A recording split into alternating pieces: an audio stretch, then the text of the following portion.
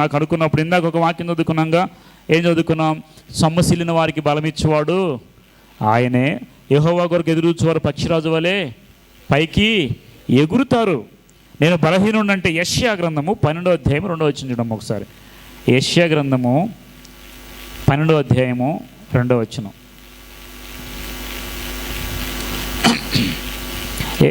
ఇదిగో నా రక్షణకు కారణభూతుడకు దేవుడు, నేను భయపడక ఆయనను నమ్ముకొనుచున్నాను.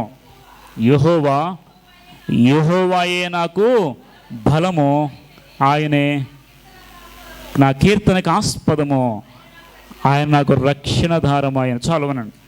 ఇక్కడ వాక్యంలో నేను భయపడక ఆయనను, చూడండి, మనుషులకు సాధారణంగా భయం వస్తుంది. అప్పుడు మీరు ఏం చేయాలి? భయం వస్తే భయపడాలి, అంతే కదా. ఆకలి వేస్తే తినాలి, భయం వస్తే భయపడాలి. ఇక్కడ చూడండి, వాక్యం సెలవిస్తున్నాడు చూడండి, నేను భయపడక ఆయనను, ఇది మనం చేయాలి. భయం వచ్చిన ప్రతిసారి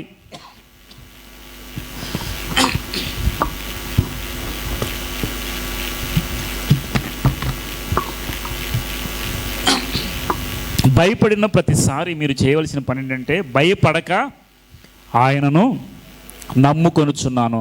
యెహోవాయే నాకు బలము. ఎవరంట బలము? యెహోవాయే. ఇప్పుడు చెప్పండి, నువ్వు బలహీనుండి అయిపోయినప్పుడు, నేను ఏం చేయాలనుకున్నప్పుడు, ఆరోగ్యం సరిగా లేదనుకున్నప్పుడు, ఈ పని నేను చేయలేను, ఈ ఇల్లు నేను కట్టలేను, ఇది నేను చేయలేను, ఇది నేను చదవలేను, ఇది నేను పాస్ అవ్వలేను అని మీరు ఎప్పుడైతే బలహీనంగా ఉండి బాధపడతారో అప్పుడు దేవుని నమ్ముకోండి, కష్టపడండి. దేవుని నమ్ముకొని కష్టపడండి, ఆయన మీద ఆనుకొని ఆయన మీద నమ్మిక ఉంచండి. ఖచ్చితంగా యెహోవాయే నాకు బలము. ఒక మాట ఉంటుంది, యెహోవా యందు ఆనందించడం వల్ల మీరు ఎలా ఉంటారో తెలుసా? నూతన బలం పొందుకుంటారు. యెహోవాయే నాకు బలము, రక్షణాధారము. చూడండి, కాబట్టి ఎలాంటి స్థితిలోనైనా దేవుని నమ్మండి. ఒకటి, నిన్ను నువ్వు అండర్ ఎస్టిమేట్ చేసుకోవద్దు ఎప్పుడు కూడా. ఎందుకంటే మనుషులు సహజంగా బలహీనులు, అవును కదా. ప్రతి ఒక్క మనిషి కూడా ఈ లోకంలో బలహీనుడే. ఇలాంటి సమయంలో దేవుడు ఏమన్నాడంటే, నిన్ను బలపరచువాడను నేనే, దిగులు పడకు, భయపడకు, జడియకు, నిన్ను బలపరచువాడను నేనే. బలహీనుడిగా ఉన్నప్పుడు మనం ఏం చేయాలంటే, దేవుని వైపు చూస్తే దేవుడు నిన్ను బలపరుస్తాడు. ఏ విషయంలోనైనా మీరు ఏదైనా నిర్ణయం తీసుకోవాలన్నా, ఇక ఏదైనా చేయాలన్నా మీరు ఏం చేయాలంటే, నీ భయముగా ఉన్నప్పుడు, నువ్వు బలహీనుడిగా ఉన్నప్పుడు ప్రభు వైపు చూస్తే ఆయనే నీకు బలం ఇస్తాడు. తర్వాత 2 కొరింథీ 12 చూడండి. 2 కొరింథీ రాసిన పత్రిక 12వ అధ్యాయము, 2 కొరింథీ రాసిన పత్రిక 12వ అధ్యాయము 10వ వచనం. నేనెప్పుడు బలహీనుడునో అప్పుడే బలవంతుడును. ఈ మాట చెప్తారు మీరు. కనుక క్రీస్తు నిమిత్తము నాకు కలిగిన బలహీనతలోనూ, నిందలలోనూ, ఇబ్బందుల్లోనూ, హింసలలోనూ, ఉపద్రవములలోనూ నేను సంతోషించుచున్నాను. ఇది మీకు అర్థమైందా? మనకు బాగానప్పుడు అంతా నెగిటివ్గా మనం ఆలోచిస్తాం, కానీ ఇక్కడ పౌలు గారు చెప్తున్నారు చూడండి, నేను ఎప్పుడు బలహీనుడన్నో అప్పుడే. ఒక పాట ఉంటుంది, let the weak say I am strong. తెలుసా మీకు? గివ్ థ్యాంక్స్ అని ఇంగ్లీష్ ఒక పాట ఉంటుంది. Let the weak say I am strong. బలహీనుడు నేను బలవంతుడని చెప్పుకోండి. ఎందుకంటే నీ బలం ఎవరు? దేవుడు. మన బలం ఎవరు? మన బలం మన డబ్బు కాదు, మన బలం మన అండ కాదు, మన బలం మన రాజకీయ బలం కాదు, మన బలం మన ఆస్తి కాదు. మన బలం ఎవరు చెప్పండి? దేవుడే, యెహోవాయే. కాబట్టి నేను ఎప్పుడు బలహీనుడున్నప్పుడే బలవంతుడు. ఈ మాట బాగా బైహార్ట్ చేసుకోండి. నేను ఎప్పుడు బలహీనుడున్నప్పుడే, ఏంటో నాకు బలహీనంగా ఉంటున్నాను ఈ మధ్య, ఏంటో నాకు ఆరోగ్యంగా ఉండట్లేదు, ఏంటో నేను చాలా వీక్గా అయిపోతాను, ఏంటో నేను ఆర్థికంగా చితిగా, అన్ని విషయాల్లో బలహీనుడు అయిపోయి అప్పుడు ఏం చెప్పాలి సార్? నాకు ఏది ఉన్నా లేకపోతే దేవుడు ఉన్నాడు, దేవుడే నా బలము అని చెప్పాలి మీరు. ఎప్పుడైతే మీరు ఇలా అనుకుంటారో ఆటోమేటిక్గా మీరు ఆ బలం అనే దాన్ని మీరు ఎంజాయ్ చేయగలరు. కాబట్టి నేను ఎప్పుడైతే బలహీనుడినో అప్పుడే బలవంతు. కనుక క్రీస్తు నిమిత్తం నాకు కలిగిన, దేవుని నిమిత్తము నాకు కలిగిన బలహీనతలోనూ, నిందలలోనూ, ఇబ్బందుల్లోనూ, హింసల్లోనూ, ఉపద్రవముల్లో నేను సంతోషిస్తున్నా. ఏం చేయాలి ఇప్పుడు? విశ్వాసం ఏం చేయాలంట? జనరల్గా కష్టం వచ్చినా, శ్రమలు వచ్చినప్పుడు, నిందలు వచ్చినప్పుడు, బలహీనతలు వచ్చినప్పుడు జనరల్గా మనిషి అనేవాడు కురింగిపోతాడు. కానీ ఇక్కడ పౌలు ఏం చేస్తాడంటే, బలహీనతలో కూడా బలము సంపాదించుకొని సంతోషిస్తున్నాడు. ఇది మనం నేర్చుకోవాలి. విశ్వాసులుగా ఉండేవాళ్ళు ఏం చేయాలంటే, ఈ విధంగా ప్రాక్టీస్ చేయాలి. ప్రాక్టీస్ అంటే ఏంటంటే మనం నేర్చుకున్న దాన్ని ఆ సమయానికి అనలైజ్ చేసుకోవటం, ఆ సమయానికి అన్వయించుకోవడమే ప్రాక్టీస్ చేయడం. ఊరికి వినేసి వెళ్ళిపోతే మనకు ఉపయోగం లేదు. కష్టం వచ్చింది, శ్రమ వచ్చిందా, అప్పుడు ఏం చేయాలి? నా దేవుని నేను సంతోషిస్తున్నాను, నాకు వచ్చిన శ్రమను బట్టి దేవునికి మహిమ కలుగును కాక అని సంతోషించాలి. జనుల నిమిత్తం, నా నిమిత్తం జనులు నిందించి హింసించి చెడ్డ మాటలలో పలికినప్పుడు మీరు ఏం చేయాలంట? ధన్యులు. ఏం చేయాలి? సంతోషించండి. ఆ మాట చూడండి ఒకసారి, మత్తయి సువార్తలో 5వ అధ్యాయం 11వ వచనం అనుకుంటూ చూడండి. మత్తయి సువార్త 5వ అధ్యాయము, నా నిమిత్తము జనులు మిమ్మల్ని నిందించి హింసించి మీ మీద అబద్ధముగా చెడ్డ మాటలెల్లా పలుకున్నప్పుడు మీరు ధన్యులు. ఎవరైనా మనం నిందించి హింసించి దూషిస్తే మనం ఎలాంటి వాళ్ళమంట? ధన్యులు. సంతోషించి ఏం చేయాలి? ఆనందించుడి, పరలోకమందు మీ ఫలము కలుగును. అలాగన మీరు పూర్వముందిన ప్రవక్తలను హింసించారు. కాబట్టి గుర్తుపెట్టుకోండి, మీరేం చేయాలి? సంతోషించండి, ఆనంద. ఇది సాధ్యమవుద్దా మనిషికి? చెప్పండి. ఎవరైనా మనం నిందించి హింసించి దూషించినప్పుడు మనిషికి సాధ్యమవుద్దా? అసలు సాధ్యం కాదు. కానీ క్రీస్తుని బట్టి మనం ఏం చేయాలి? సంతోషించండి. శ్రమలలో, నిందలలో, అపనిందలలో, బలహీనతలో దేవుడే నా బలమని సంతోషించమని బైబిల్ చెప్తుంది. ఎవరైతే బైబిల్ మీద ఆనుకుంటారో ఆ దేవుని వాక్యాన్ని బట్టి వారందరూ సంతోషిస్తారు. కాబట్టి ఇప్పుడు దేవుడు ఏమంటారు? మీరేమంటారు? నేను బలహీనుడిని అంటే మీరేం చేయాలి? యెహోవాయే నాకు బలము. నేను ఎప్పుడు బలహీనున్నప్పుడే బలవంతుడు, ఎప్పుడు బలహీనున్నప్పుడే బలవంతుడును. నాకు బలము లేదు అనుకున్నప్పుడు మీరు బలవంతుడు. ఇది ఎలా సాధ్యమై చెప్పండి? జనరల్గా లోకానుసారం వస్తే బలహీనత అంటే బలహీనతే. కానీ బలహీనతలో దేవుడు బలమని చెప్పి ఎవరైతే చెప్పుకుంటారో దేవుడు వారి పక్షంగా నిలబడి నిజంగా బలమైన కార్యాలు చేస్తాడు. అవునా కదా? ఖచ్చితంగా చేస్తాడు. దేవుడు బైబిల్ గ్రంథంలో అద్భుతాలు చేసినప్పుడు దావీదు ఏ ఆయుధంతో గొలియాతును చంపాడు? రాళ్లతో ఒక పెద్ద యోధుడిని చంపడం సాధ్యమా? సాధ్యమవుతుందా? నేను బలహీనుడి కానీ యుద్ధం ఎవరిదన్నాడు అని ఎప్పుడైతే బలం తెచ్చుకున్నాడో అప్పుడే కార్యం జరిగింది. నేను బలహీనుడని కూర్చోలా. మిగతా వాళ్ళందరూ ఇజ్రాయేలు సైన్యము, రాజు, సైన్యాధిపతులు, సైనికులు అందరూ కూడా ఆ గొలియాతు రూపాన్ని చూసి భయపడిపోయారు. కానీ దావీదు మాత్రము యుద్ధము యెహోవాది అని దేవుని మీద ఆనుకున్నాడు. వాళ్ళకి వీళ్ళకి తేడా ఏంటంటే ఈయన దేవుని మీద ఆనుకున్నాడు, వాళ్ళు దేవుని మీద ఆనుకోకుండా కంటికి కనపడేదాన్ని చూసి ఫిజికల్గా చూసి మనుషులాగా చూశారు. కానీ దావీదు దేవుని మీద అనుకున్నది యుద్ధము యెహోవాది అనుకున్నాడు. కాబట్టి దేవుడు అతని పక్కన కార్యం చేశాడు. మీరు అనుకోవచ్చు, నేను బలహీనుడు అన్నప్పుడు బలంగా నేను బలవంతుని అనుకుంటే ఉపయోగం ఏంటి అని అనుకుంటున్నారా? ఖచ్చితంగా దేవుడు మీ పక్షంగా కార్యం చేస్తాడు. ఎప్పుడైతే దేవుని మీద ఆధారపడ్డారో గొలియాతు నీ ఒక్క నిమిషంలో దేవుడు ఓడించాడు. ఒక 2 రాళ్ళు తీసుకొచ్చాడు, 6 రాళ్ళు తెచ్చాడు, వేసాడు, 2 రాళ్ళు తీసుకొని చివరికి ఒక రాయితో గొలియాతుని కొట్టినప్పుడు గొలియాతు ఎలాగా నేల కూలిపోయాడు. కాబట్టి చూడండి, దేవుడు ఎప్పుడైతే ఆయన మీద ఆనుకుంటారో అప్పుడు కార్యము చేస్తాడు. ఖచ్చితంగా దేవుడు గొలియాతు పక్షంగా ఇజ్రాయెల్ పక్షం నిలబడి గొలియాతుని ఏం చేశాడు? ఓడించేశాడు. కాబట్టి నేను ఎప్పుడు బలహీనప్పుడే బలవంతం. యెహోవా యందు మీరు ఆనందించడం వల్ల బలం పొందుతారంట బైబిల్ వాక్యం చెప్తుంది. తెలుసా మీకు వాక్యం? యెహోవా యందు ఆనందించడం వల్ల మీరు బలము పొందుదురు. మీకు బలం కావాలంటే దేవుని యందు ఆనందించండి. ఏది ఉన్నా లేకున్నా, ఏమి ఉన్నా లేకున్నా మీరు దేవుని మీద ఆధారపడి ఆనందిస్తూ ఉంటే, సంతోషిస్తూ ఉంటే ఆటోమేటిక్గా మీకు తెలియని బలం మీ మీదకి వచ్చేస్తుంది. తెలుసా మీకు దేవుని బలం ఎలా ఉంటుందంటే? నేను ఒక ఎగ్జాంపుల్ చెప్తా చూడండి. చాలామంది ఇజ్రాయేలీలు అరణ్య మార్గంలో నడిచారు కదా. నడిచిన వాళ్ళందరూ కూడా బలం పొందుకున్నారంటే పొందుకోలేదు. కేవలము కాలేబు ఒక్కడే పొందుకున్నాడు. ఎందుకని? ఇజ్రాయేలు నడిచినప్పుడు చెప్పులు అరగలేదు, ఓకే, వస్త్రాలు మాయలేదు. చెప్పులకి వస్త్రాలకే మాయకుండా అలాగున్నప్పుడు ఈ 40 ఏళ్ళు నేను ఎందుకు ముసలివాడిని అవ్వాలి, నేను ఎందుకు బలహీనుడిని అవ్వాలి అనుకున్నాడు. దేవుని మీద ఆధారపడి ప్రార్థన చేశాడు. ఆయన అడిగాడు కాబట్టి కాలేబు ఒక్కడే ఇప్పుడు 80 సంవత్సరాలు 40 ఏళ్ళలో ఎంత బలం ఉందో ఇప్పుడు అంతే బలం నాకు కూడా ఉందని చెప్తాడు. కాలేబు ఒక్కడికి ఆ బలం ఉంది, మిగతా వాళ్ళకి లేదు. అంటే ఏంటి? ఈయనొక్కడే దేవుని ఆనందించాడు, దేవుని కార్యాన్ని చూశాడు కాబట్టి దేవుని యొక్క బలాన్ని చూడగలిగాడు కాలేబు. మీరు కూడా బలహీనతలో ఉన్నప్పుడు దేవుడే నా బలము, నాకే బలహీనత నాకేం కాదు, ఖచ్చితంగా నేను ధైర్యంగా ఉంటాను, మీరు ధైర్యంగా ఉండండి. ఆ తెలియని బలం మిమ్మల్ని బలపరిచేస్తుంది. నిజంగా అది వాస్తవం.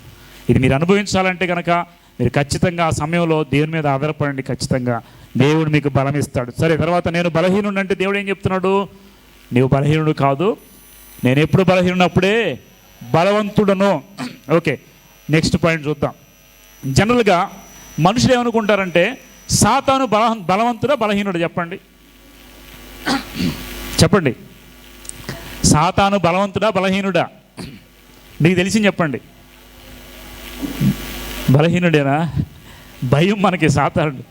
సాతానంటే చాలా శక్తి కలిగిన వాడు. దేవుని తర్వాత ప్రధాన దూత. వినండి, సాతాన్ ఎవరంటే లూసిఫర్, మిఖాయేలు అనే దూత, తర్వాత గబ్రియేల్ అనే దూత, లూసిఫర్ అనే దూత. మిఖాయేల్ అంటే యుద్ధం జరిగించే దేవుని దగ్గర సర్వసైన్యాధిపతి మిఖాయేల్. తర్వాత గబ్రియేల్ అంటే దేవుని దగ్గర నుండి ప్రవక్తలకి మనుషులకి సమాచారం అందించే దూత ఎవరు? గబ్రియేల్. తర్వాత లూసిఫర్ అంటే ఎవరు తెలుసా? లూసిఫర్ అంటే దేవుని దగ్గర ప్రధాన దూత. ఏం చేస్తే తెలుసా? ఇప్పుడున్న ఏఆర్ రెహమాన్లు 100 మందిని పెట్టినా 1000 మంది పెట్టినా సాలరాని కింద అంత గొప్ప దూత లూసిఫర్. అలాంటి లూసిఫరు దేవుని దగ్గర నుండి పడదోయబడింది. ఇప్పుడు దేవుని కింద ఉన్నవాడికి పవర్ ఉంటుందా లేదా? రాష్ట్రపతి, ఉపరాష్ట్రపతి, ఓకే, ప్రధానమంత్రి, ఈ కింద చూస్తే వాళ్ళ పోస్టులు బట్టి వాళ్ళ యొక్క అధికారం అనేది వాళ్ళకు ఉంటుంది. అట్లాగే ఈ అపవాది కూడా పడద్రోయబడ్డాడు, కానీ వాడికి కొంత శక్తి ఉందా లేదా? మీరు చెప్పండి. అపవాది శక్తిమంతుడా, శక్తిహీనుడా? శక్తిమంతుడేనా? సరే, బైబిల్ మనం ఏమనుకుంటాం అంటే అపవాది చాలా శక్తి కలిగిన వాడు. వాస్తవం కాదా? బైబిల్ ఏం చెప్తుంది చూడండి.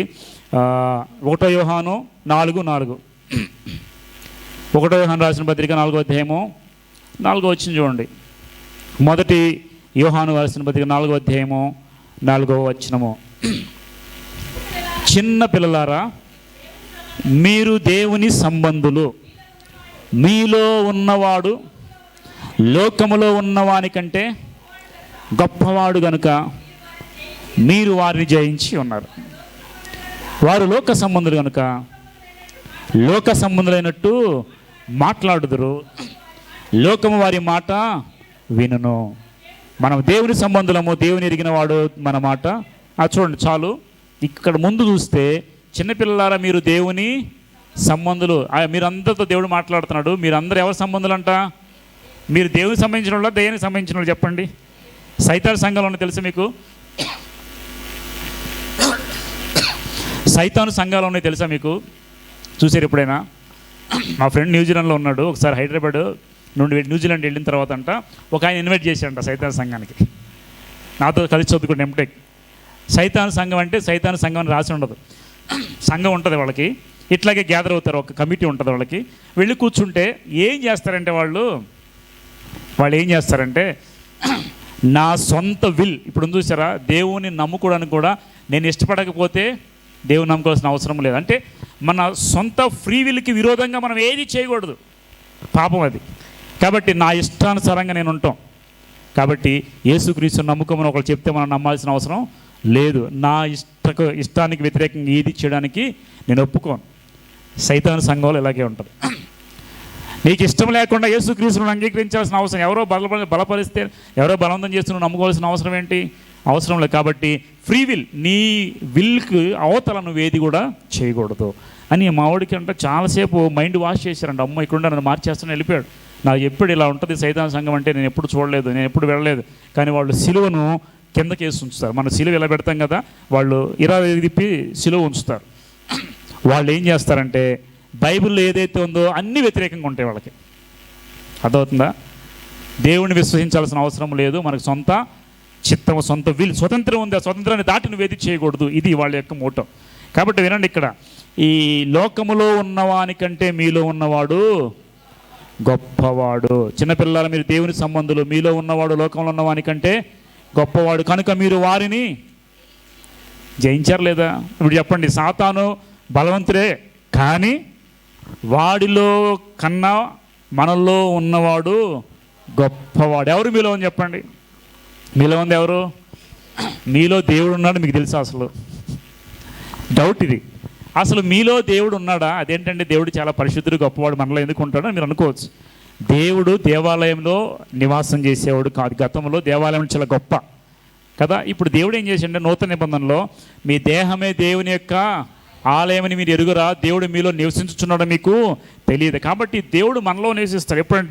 ఎప్పుడైతే దేవుణ్ణి అంగీకరించి, యేసుక్రీస్తుని అంగీకరించి రక్షకునిగా స్వీకరిస్తామో అప్పుడు యేసుక్రీస్తు మనలోకి వచ్చేస్తాడు. వినండి జాగ్రత్తగా. నీలో దేవుడు ఉన్నాడా లేదా నీకు ఎలా తెలిసింది? నువ్వు ఏదైనా చేసేటప్పుడు ఇదిగో నువ్వు ఇది చేస్తున్నావు తప్పు, నువ్వు ఇది చేస్తున్నావు చేయొద్దు అని నీకు అనిపిస్తుంది. దేవుడే నీతో ఉండి మాట్లాడుతూ ఉంటాడు. చూడు ఒకసారి అది. దేవుడు నీతో మాట్లాడుతూ ఉంటాడు. కాబట్టి వినండి, మీలో ఉన్నవాడు లోకంలో ఉన్నవానికన్నా గొప్పవాడు. దేవుడు నీలో ఉన్నాడో లేదో నీకు తెలియనప్పుడు దేవుని కార్యాలు నువ్వు ఎప్పుడు చూడలేవు. అర్థమవుతుంది మీకు? అసలు చాలామంది తెలియదు దేవుడు నాలో ఉన్నాడు అనే విషయం ఎవరికి తెలియదు. ఏదో ప్రేయర్కి వెళ్తున్నాం వస్తున్నాం అనుకుంటున్నాం, కానీ మనలో ఉన్న దేవుడు ఎలాగ గొప్పవాడు అవుతారంటే వినండి, మీరు ప్రతిరోజు ఆహారం తినటం వల్ల మీ శరీరం ఏమవుతుంది? బలం ముందుకుంటుంది.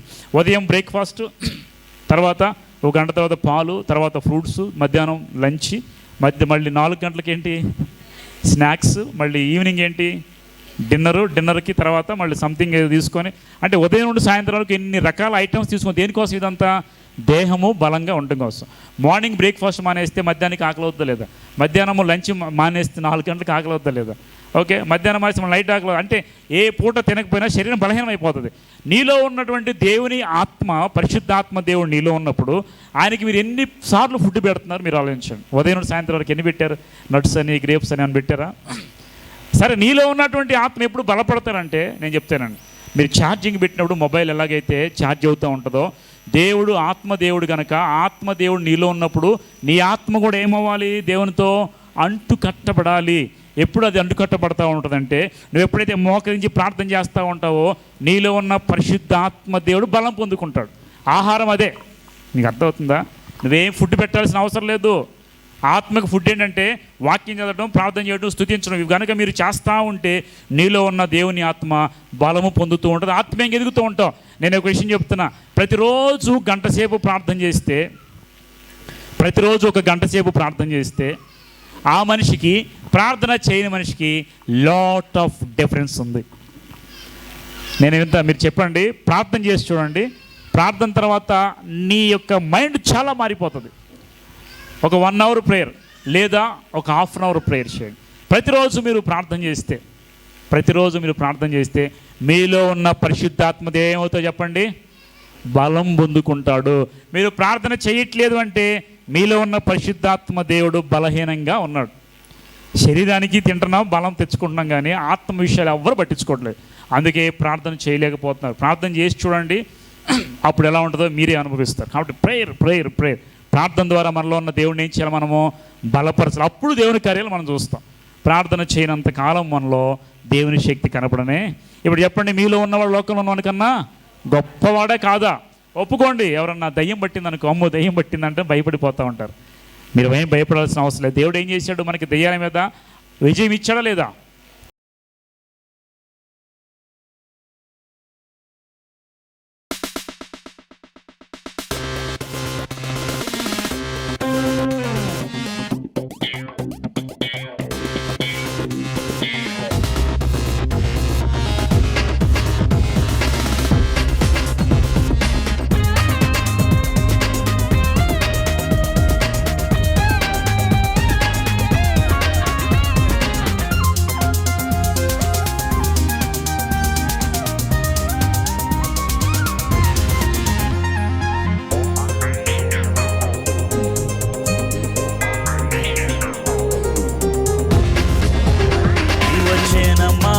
కదలేరా యువతరమా తరలేరా, యువజనమా కదలేరా, యువతరమా తరలేరా.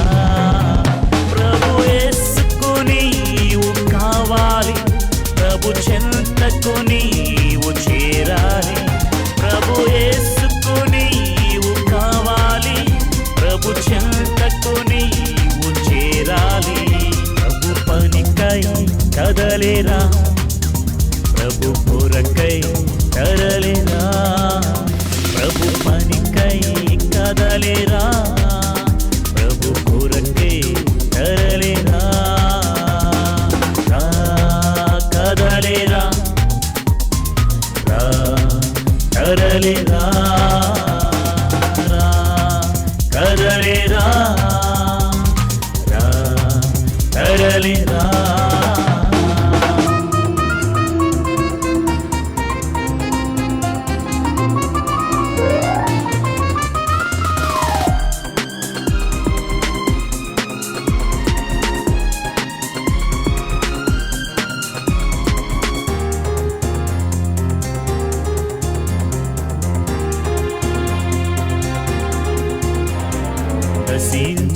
ఆత్మలు ఎన్నియో అగ్నిలో అల్లాడుచుండగా రక్షించు వారెవరు లేకనే చేజారి పోవుచుండగా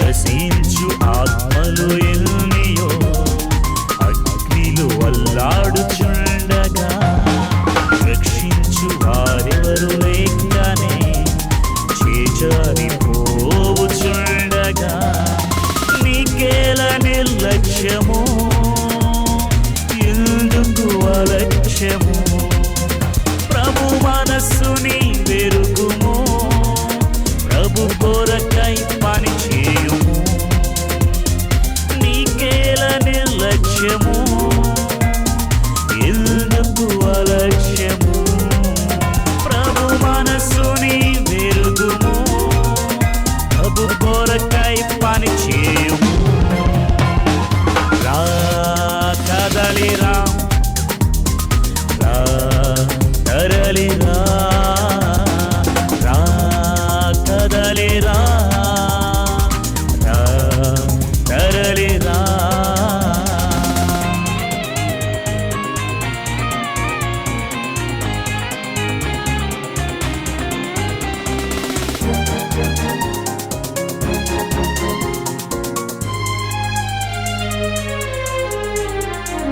అపవాది గర్జించు సింహమై అంతట తిరుగాడుచుండగా ఎవరిని మృంగుదును అని కనిపెట్టి పోరాడుచుండగా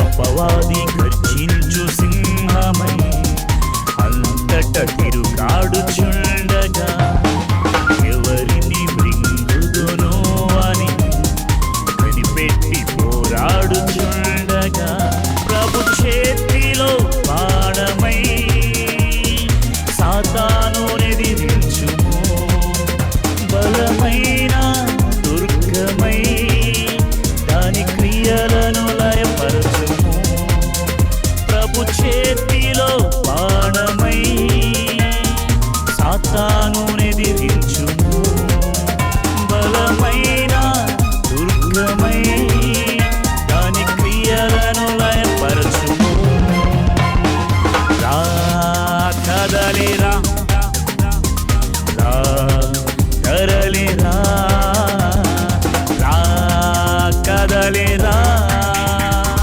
రా తరలిరా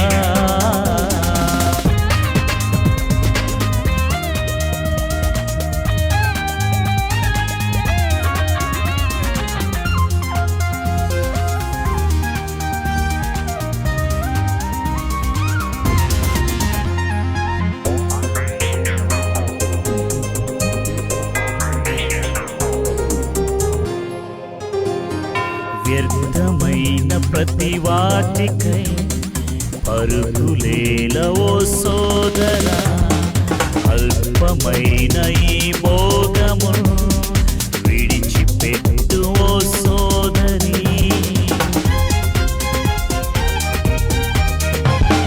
వ్యర్థమైన ప్రతి వాటికై పరుగులేల ఓ సోదరా అల్పమైన ఈ భోగము విడిచిపెట్టు ఓ సోదరి ఒకటే విలువైనది నీ బ్రతుకును మార్చునది ప్రభు ప్రేమను నీ వెరుగుము ప్రభు దర్శనం నెరవేర్చుము ఒకటే విలువైనది నీ బ్రతుకును మార్చునది ప్రభు ప్రేమను నీ వెరుగుము ప్రభు దర్శనం నెరవేర్చుము రా కదలిరా రా తరలిరా రా కదలిరా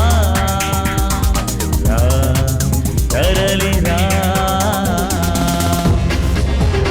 యువజనమా కదలిరా యువతరమా తరలిరా